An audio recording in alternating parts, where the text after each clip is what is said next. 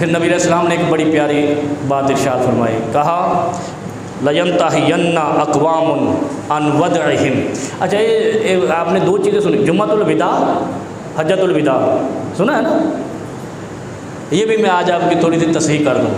میں ایسی ایسی چیزیں نکال کے لاتا ہوں جو عرف عام میں اتنی مشہور ہوتی ہیں، ہر بندہ ہی کہا جا رہا ہے۔ یہ حجۃ الوداع نبی علیہ السلام نے تو نہیں رکھا تھا نام اس حج کا، وہ تو ہم نے رکھا تھا نا، بعد میں صحابہ نے رکھا۔ نبی علیہ السلام کا الوداعی جمعہ، الوداعی حج، نبی علیہ السلام نے تو نہیں کہا تھا میرا الوداعی حج ہے۔ اگر یہ مانو گے تو اس کا مطلب موت کا پیغام مل گیا تھا۔ نبی علیہ السلام نے تو آخری نصیحتیں کی تھی، شاید کہ آئندہ سال ہماری تمہاری ملاقات نہ ہو، لیکن یقین کے ساتھ تو نہیں کہا تھا کہ آئندہ میں آپ سے نہیں ملوں گا، مار دیا جاؤں گا یا مر جاؤں گا یا فوت ہو جاؤں گا۔ یہ بعد میں صحابہ نے کہا کہ نبی علیہ السلام نے آخری جمعے میں یہ کہا، تو آخری وہ کیا کہتے ہیں؟ الوداعی۔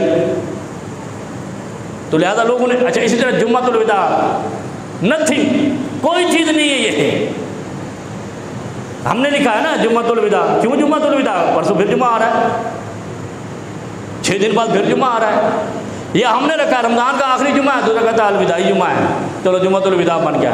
شریعت میں اس کی کوئی اصطلاح نہیں ہے، نہ حجۃ الوداع کی، نہ جمعۃ الوداع کی۔ یہ عام جمعوں کی طرح جمعہ ہے، بس اس کی فضیلت یہ ہے اس جمعے کی کہ اس میں ایک ایک لمحہ آپ کے بیٹھے ہوئے کا 700 گنا تک ہے، جو اگلے ہفتے آئے گا اس سے 1 to 10 ہے، 1 سے 10 گنا تک ہے، بس اتنا فرق ہے۔ اور یہ صرف اس جمعے کا نہیں،